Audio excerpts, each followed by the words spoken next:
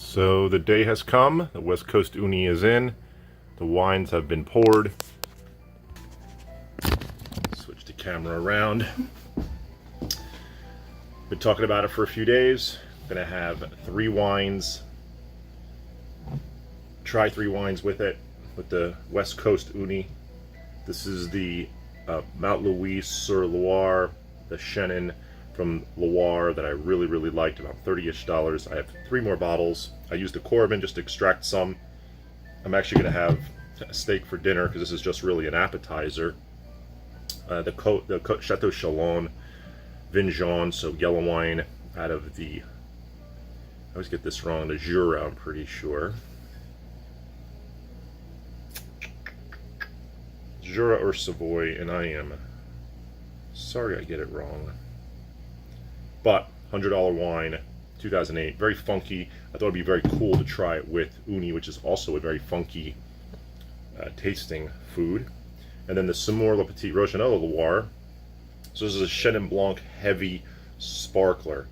I didn't want to open a really amazing sparkler. I really only have one left. Well, it's not an amazing one, but sort of a slightly more expensive one than normal. So I'm going to go with the Mount Louis sparkling and then end with the funkiest. Should just nose all of these here.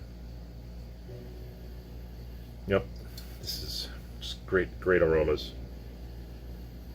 The flowers, the chamomile, the honey wax, Meyer lemon, just got it. Nice breadiness. It's got a dryness to it, but this I remember being a really nice sparkler. Trying to get a good aroma out of that glass, but really good streaming. The smaller the bubbles, they call it the mousse, sort of more refined, they say, sparkling wine is. And then this Vin Jaune yellow wine. Oh, so fun. I forgot how funky this is. Wow, that is funky. That is going to be very interesting. It's even got like an oily smell to it. Yeah, an oily smell. I know that sounds crazy, but God, what a funky smell. I know I did a video. Actually, I've done a video on all of these, or talked about all of these at separate times. So I've never eaten on camera and tasted something like this, but here goes nothing. Absolutely smells like the ocean. Oh my God. That is incredible. It works. Oh my God. It actually, it's not a sweet tasting food by any stretch, but it just got sweeter tasting because of the wine, which is interesting. It's probably the most expensive appetizer I've ever ordered.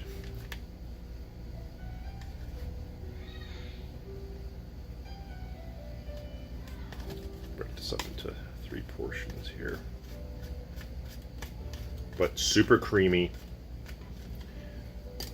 It's not overly fishy. I'd say salmon is fishier than this, but it absolutely tastes like the ocean. This definitely is more shellfish, like eating oyster, clam, but much creamier, and to me, a much more refined taste. It's just the texture turns people off. It's very mushy, spongy, but it's truly delicious. Just reminds me of the ocean. Well, with that wine, it makes it taste a little sweeter. I really like that. That's awesome. I'll have a little bit with the sparkler.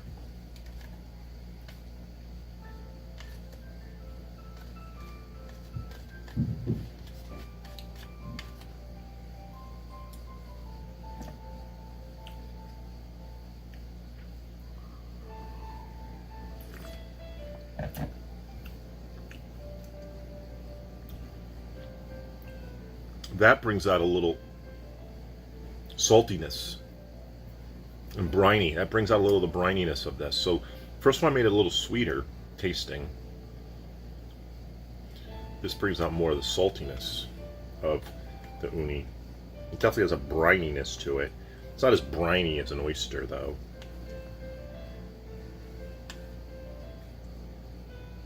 So if I could tell there's a delta between East Coast and West Coast, this has such a creaminess to it. And I want to say less fishy. I hate to use that term because it's so off-putting to many people. I mean, I love fish, but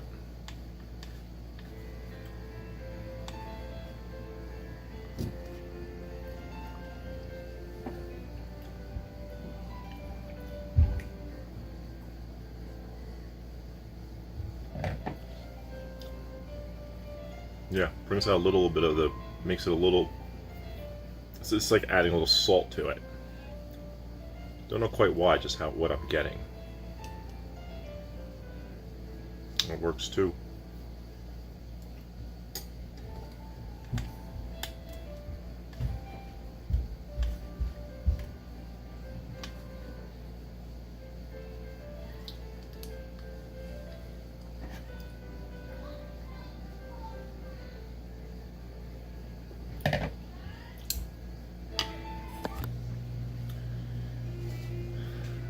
Try a little more of the first one again before I go to the Vin Jaune.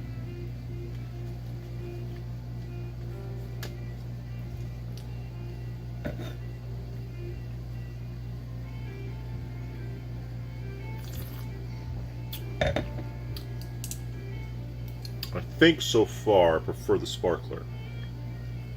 So far. This is such good uni though. It's incredibly good.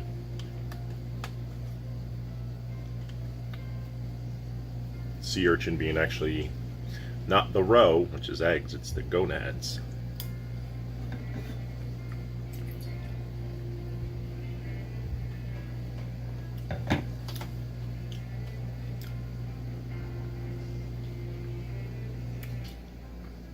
I didn't think that would work, but it works.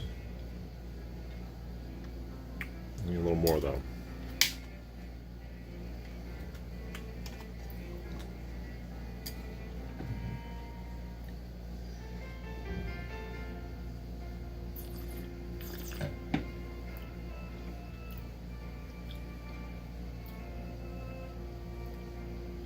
I'm not sure what it does to it, but it works.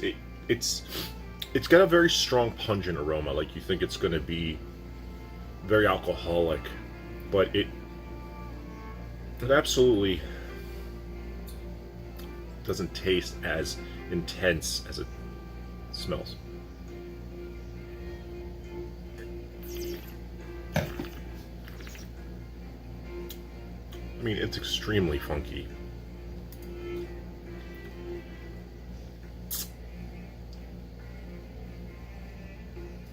Works pretty well though. I'm gonna go grab one more wine that I've opened, pair that as well, and then finish the rest of this and go get my steak. So I was gonna open up, well, I was talking about this Working Pinot Gris I had yesterday, Pinot Grigio, but Pinot Gris, and I'm gonna pair it with that at the very end. And then I opened up my fridge and I said, you know, I should do this with a skin contact white, the La Stopa, which is it's an orange wine, but a lot of skin contact, but it's actually very tannic, and I thought the tannin would not work well with this. So I then said, you know what, just add more, just something different again. So this is another one from B Divine. You can't tell from the front that it looks the same as the other one, but this is actually another brut. This is a barrel fermented version, supposed to be dry again, and I just did a little bit of Corvin again. We'll see. I remember really liking, again, doesn't smell. So it smells very similar to the first one. Like you don't even know you're smelling a honey wine fermented from honey. Interruptions galore. Sip first.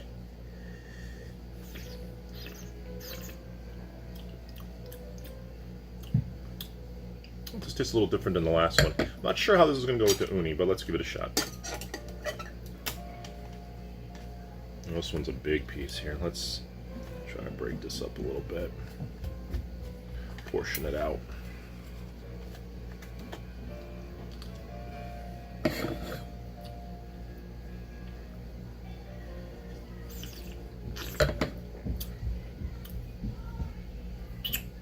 It works. Nothing special there. It works though. I think right now I'm shooting that I'm saying the sparkler is the king here.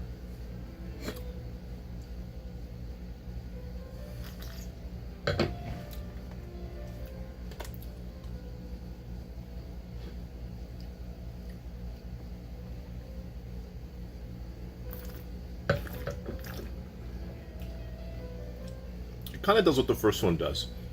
It makes the uni taste sweeter. That bigger gulp there made it taste a little sweeter.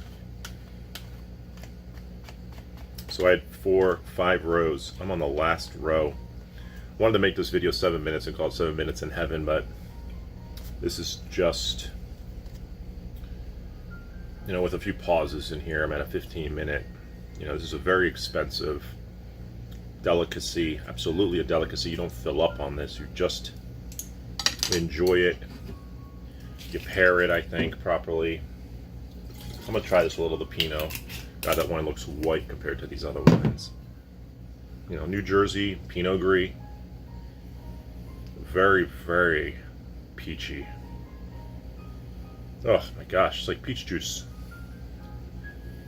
It's amazing when I love when you do wines, a bunch of different wines. I mean, these are all so different and varietally different. You know, Pinot Gris from New Jersey. You have Chenin Blanc from the Loire in France. You have a Chenin Chardonnay sparkling from Loire. And then you have this from either Savoy or Jura. I can't keep screwing it up. Almost positive it's de Jura. It doesn't really matter, but again, I'll tell you I made from Savigny. And you just smell and taste the differences between the wines. I think that's the best way to discover what you like, what you don't like, is to just try a big span of things. Having a Coravin helps. Or just have a few friends help you out.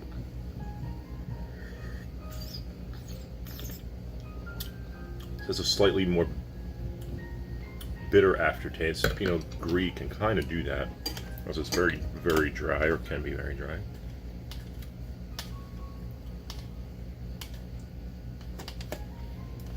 Break this up into 3 more portions.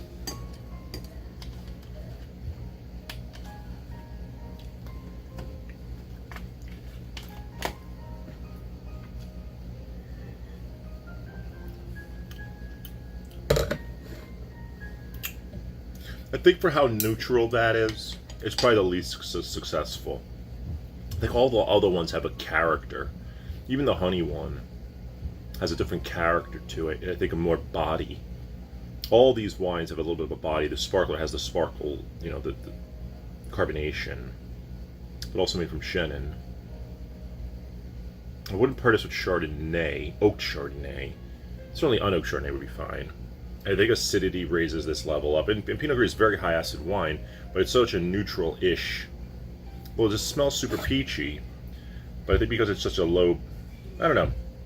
I guess in the class here, it feels outclassed a little bit.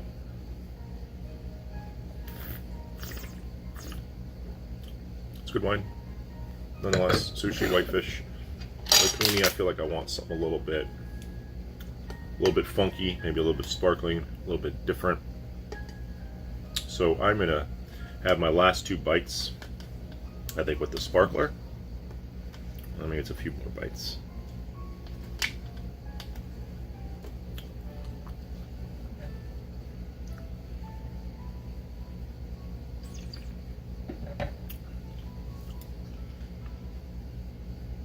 It's like taking a pinch of finishing salt and dropping it on it. I don't know why it has that sensation. It's the bubbles.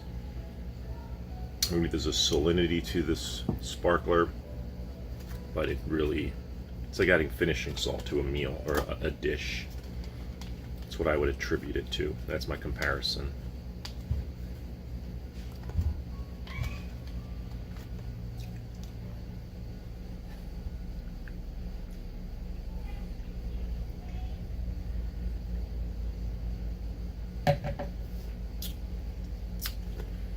Near the end, and this has been wonderful and delicious. One more bite. Very, very creamy at the end here.